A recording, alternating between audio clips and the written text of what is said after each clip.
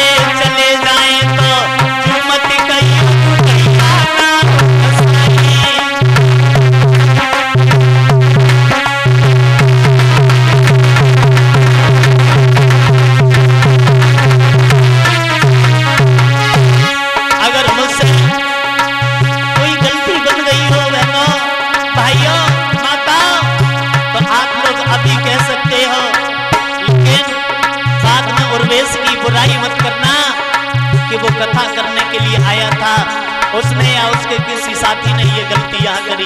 अगर कोई गलती बन गई हो माता बहनों भैया तो अभी आप लोग बता सकते हो।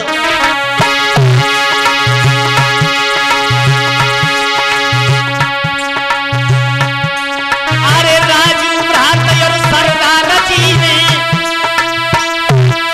कोई यहाँ पर लोग बुलाई, श्रीमान राजू यादव जी और हमारे सरदार जी जो हैं उनसे मेरी बात हुई, उनके द्वारा इनके सौजन्य से मेरा यहाँ तक आना हुआ और आप लोगों के सभी के दर्शन हुए माता।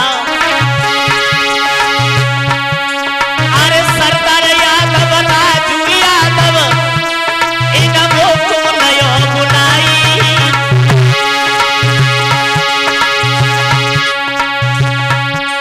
और आई गए जोधपुर में हम तुमको नहीं बताइए।